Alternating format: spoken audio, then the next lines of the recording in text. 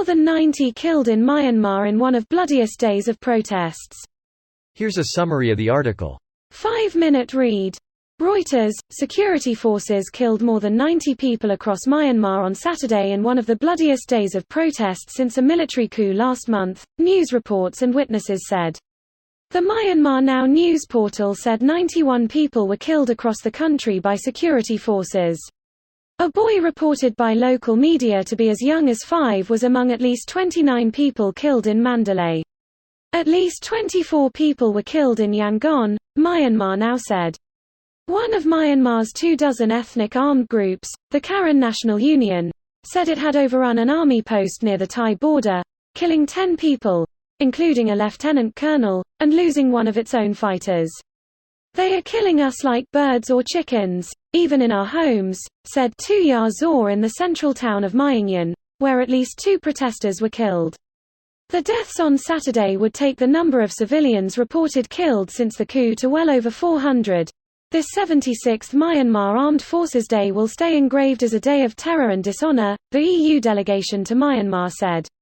This post received a score of 18,000, with an upvote ratio of 97%. Here are the top comments in response to this article. I've seen a few people make a comparison to the protests in Belarus that started last year. However, the violence in Myanmar is a lot more severe. People have died and gone missing in Belarus, but not to the level in this country. More people have died in the last 24 hours than total verified deaths and disappearances in Belarus in the past 10 months. This is really concerning. If there's no lack of external intervention, will the protests either fizzle out, or escalate into an Arab Spring-type situation? Oh yeah, far more reminiscent of Syria than Belarus. Although, Myanmar has already technically been in civil war for something like 70 years. 114 now confirmed dead and hundreds injured. Crazy. Today has to be the bloodiest day of the protests, right? Yes, by far. About 3 weeks ago was the previous bloodiest day with over 40 killed. Today is actually Armed Forces Day in Myanmar. The military consider to be their most important day of the year and often use it for posturing. So between that and threats the military were making on TV, people thought this weekend might be bad, but the scale of the indiscriminate massacre that's being carried out across the country is shocking. Greater than Russia, China, India, Pakistan, Bangladesh, Vietnam, Laos and Thailand. Shame on India, Pakistan, and Bangladesh. The others are either dictatorship, one-party socialist states, or military-dominated subpar for the course. Or maybe they are all Myanmar's neighbors?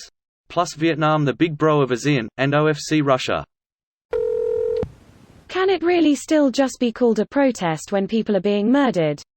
There needs to be much stronger language for this shit. Mass resistance against massacre. My wife was literally talking to her friend in Myanmar this morning. They said that their neighbors blockaded their street to keep the army out. 2 soldiers dressed as civilians drove a bulldozer through the blockade and arrested several neighbors.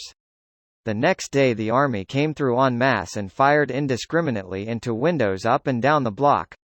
The soldiers warned that anyone recording this or even watching it would be shot. They are just walking down streets and shooting at people's homes? Yeah, because the neighborhood had shown resistance, I guess? Apparently no one was killed, they just wanted to scare people. It's crazy because we were there in 2019 and it's just a little residential street, lovely people. She also said that most of the people that were arrested have come home but some are still missing. This video was automatically created by Reddit to speech. The article and comments in this video were selected from Reddit according to their upvotes, and any paraphrasing was performed by smmry.com, without any human intervention.